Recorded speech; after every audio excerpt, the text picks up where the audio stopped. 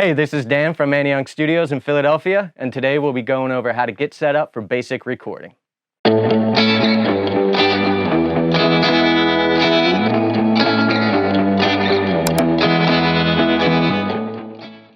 equipment we'll be using today is the Avid MBox 3 USB audio interface, microphones, either a dynamic or condenser microphone, a pair of headphones or studio monitors, or both, and the DAW of your choice. Today we'll be using Pro Tools and Logic. The first thing we need to do is plug in our audio interface. That's simple enough. USB cable. Gonna plug that right into the back. And then plug it into either your desktop or laptop. So once the audio interface is plugged in, you want to make sure that your computer recognizes it. So on Mac, we're going to go to System Preferences, Sound, Output, and just make sure that your audio interface is showing up in this section.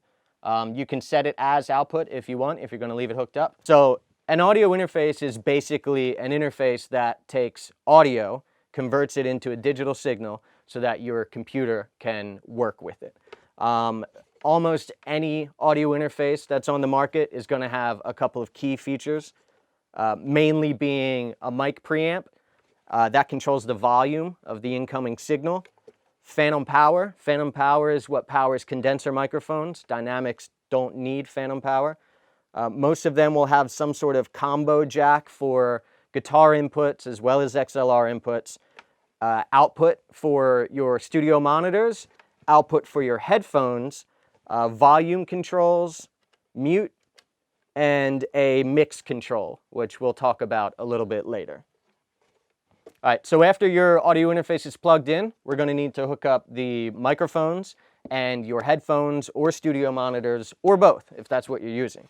So the first thing, we have dynamic microphone and condenser microphone plugged in the live room. For the sake of demonstration, we're just playing back a guitar track that I recorded previously, and we're miking that speaker out in the live room. So I have the XLR cables here for the dynamic and condenser. We're going to plug one of these into the XLR input on the back. Since this is a condenser microphone, it requires phantom power. So turn the phantom power on. On the front of the interface, you can see when you turn the phantom power on, this little red light comes on. So now that the microphone is plugged in, we're going to need a way to listen to that microphone. So either headphones or studio monitors. We're going to plug in a pair of headphones. These plug in right to the front of this interface. Sometimes it's on the back, but most of the time they're clearly labeled. And now we have our input source, our output for playback, and the interface hooked up to the computer. So we can open our DAW, set it up in there, and get things moving. All right, so the first thing we're going to do is open one of our DAWs. Let's take care of Logic first. So once Logic is loaded up, we're going to go to the main menu, Preferences, Audio, and in this output device, we want to make sure that your interface is selected. In this case, it's the MBox Mini, so that's what we're going to pick. And the same for the input device.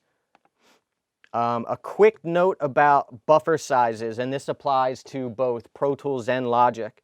The lower your buffer size, the less latency you'll get on the incoming signal. Latency is basically a little delay between the time that the signal is coming in and the time that you're hearing it in your playback device.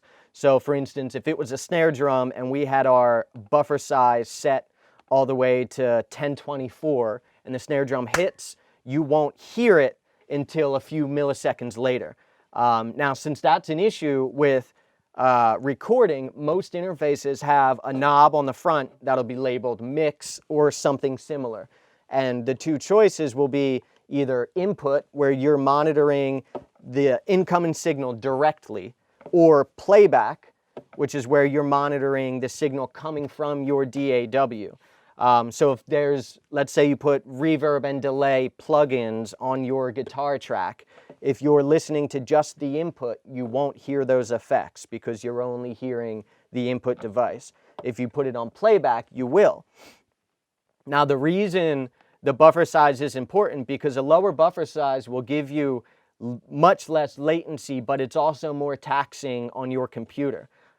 Slower computers might not be able to handle recording with a low buffer rate. If that happens, you need to raise the buffer size, but there's always a trade-off between what your computer can handle and how low you can get the buffer size while recording to reduce latency. When you're mixing, it's not even an issue. You should raise the buffer rate to the highest it could be, and that makes sure your computer is running the DAW as efficiently as it possibly can. So we're going to apply these changes: output device MBox Mini, input device MBox Mini. I'm going to lower the buffer rate because we're going to be recording a live signal right now. Click Apply Changes. Now, I went ahead already and created 2 audio tracks with our microphones labeled. We're going to be using the Warm Audio 87. It's a condenser microphone, so the phantom power is on. We're going to arm it to record. Make sure we set the input source on the track to the correct input on the audio interface. So now that we have the input set up, if I press play on the guitar track in the other room, now you can hear it in here because I have it playing through the monitors on our second system. But if you look at the input level, it's very, very low, especially given the volume of the source. Now, the reason that is because you need to adjust your preamp gain. Your preamp is basically the input volume level for whatever signal is coming through to that channel. So in this case, it's all the way down right now. We're going to let the track play back, and we're going to increase the preamp gain until you start getting a usable signal. Now, it's really important that this signal doesn't clip or peak. Most of the time that's indicated by a little LED next to the preamp. It'll turn red if it's clipping or peaking, and you'll also see an indicator in your DAW most of the time. So you can always turn signal up, but once something peaks, it distorts. And you can, of course, turn that audio down, but that distortion is still going to be there. So it's always important to kind of err on the side of maybe a little bit low instead of a little bit hot on the way coming in. So you can see on the meter for this track, as we turn the gain up, see it's peaking right there. So we're going to bring it back down until it's, I don't know, just about barely in the yellow on the louder sections. That's going to ensure that even when it's playing a bit louder, it's still not going to peak. And remember, we can always turn things up. All right, so we have our input level set. We're set up in the DAW to start recording. You can see the signal coming in. So we're going to hit record. It's going to count off and start tracking. When you're recording, if you're recording and have your recording set up in the same room as the instrument that you're playing or the vocal you're recording, you should always be using headphones instead of monitors.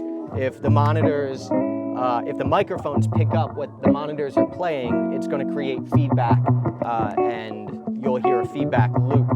You also don't want background noise getting into your signal. The best way to do that is by having the room totally quiet and everyone's listening through headphones. All right, so now that we have the input level set, our preamp gain is set, we can hear everything through our headphones. Let's hit the record button and get a take.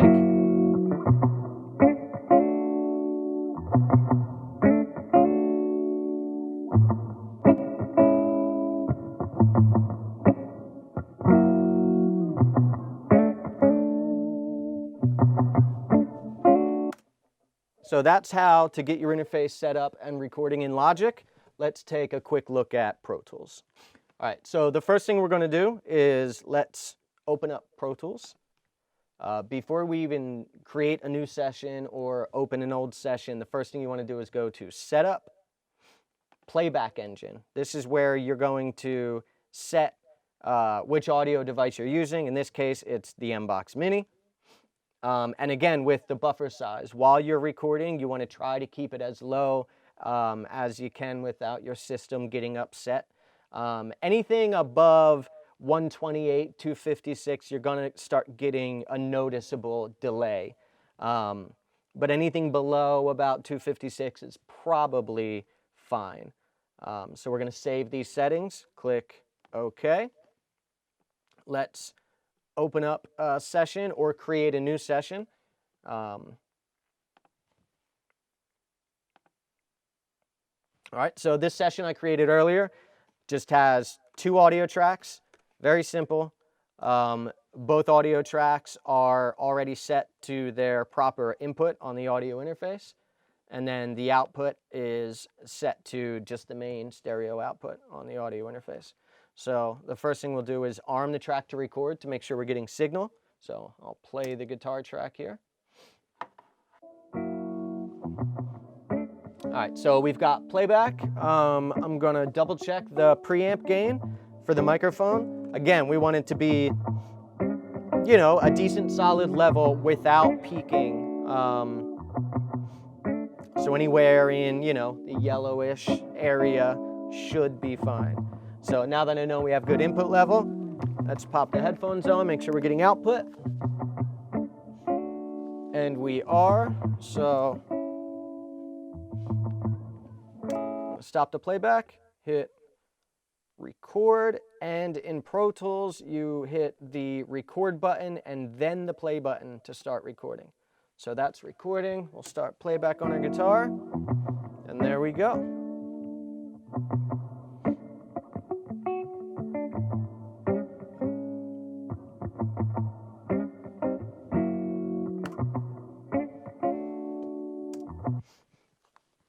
All right, and that's how to set up a basic audio interface for recording in Pro Tools. All right, so that's how you set up a USB interface for basic recording in Pro Tools and Logic. If you have any questions or if you have any ideas for topics for us to cover in the future, make sure to comment below. You can follow us on Instagram at MNYK Studios and be sure to like and subscribe.